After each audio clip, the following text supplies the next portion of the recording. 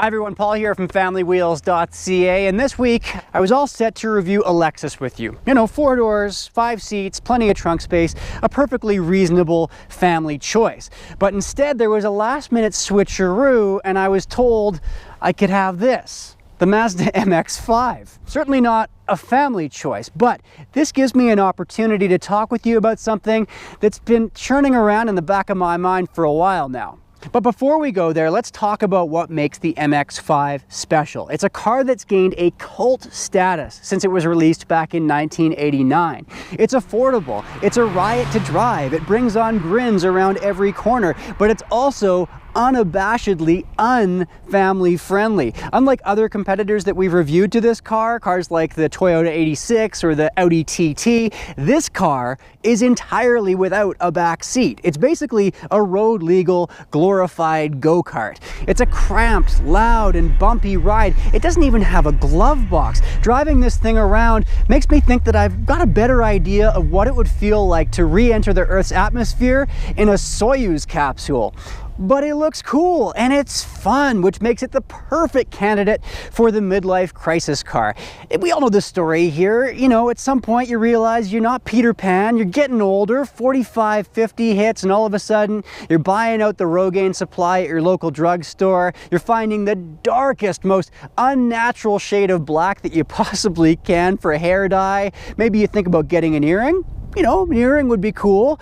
Maybe you're even thinking about quitting your job and opening up a stand-up paddleboard business. And what midlife crisis would be complete without the car? Finding something entirely impractical, putting the top down and letting the wind blow through your quickly thinning hair.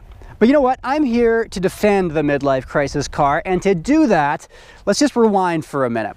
I remember as a kid obsessing over my Matchbox cars, polishing them, naming them, but they were never Dodge Grand Caravans, they were Porsches and Challengers and Mustangs. But when the time came that I could actually buy my own car, I didn't have Porsche cash. I was working at a local running shoe shop. I had 1984 Volkswagen Rabbit cash, and we're not even talking about a good 84 Rabbit here. We're talking driver's door wouldn't fully close, shot suspension, duct tape holding the seats together kind of cash. Now don't get me wrong, the thought of a fast, fun Sportster, something that could make the hair on the back of your neck stand up, it never went away. It just kind of went on the back shelf for a bit. But then adulthood rolls around and practicality, it kind of wins out. You get a couple of kids in the mix, a mortgage to pay, you can't have something as frivolous as a sports car in your driveway, so you bookmark the sites for your favorite dream cars, you scour the internet now and then late at night,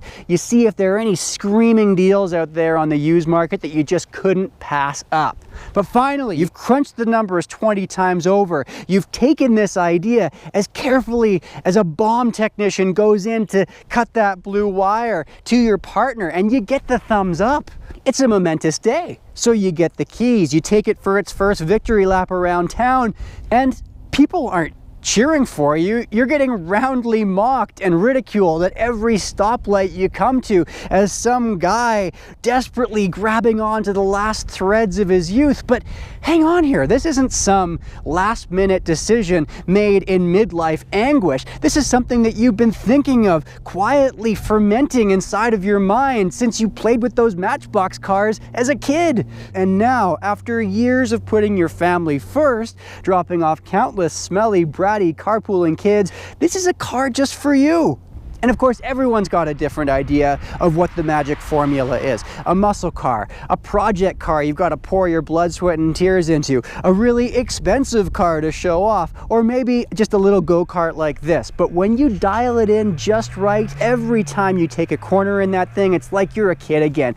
So don't mock the middle-aged man driving around in the ridiculously impractical car. This is something that's been decades in the making.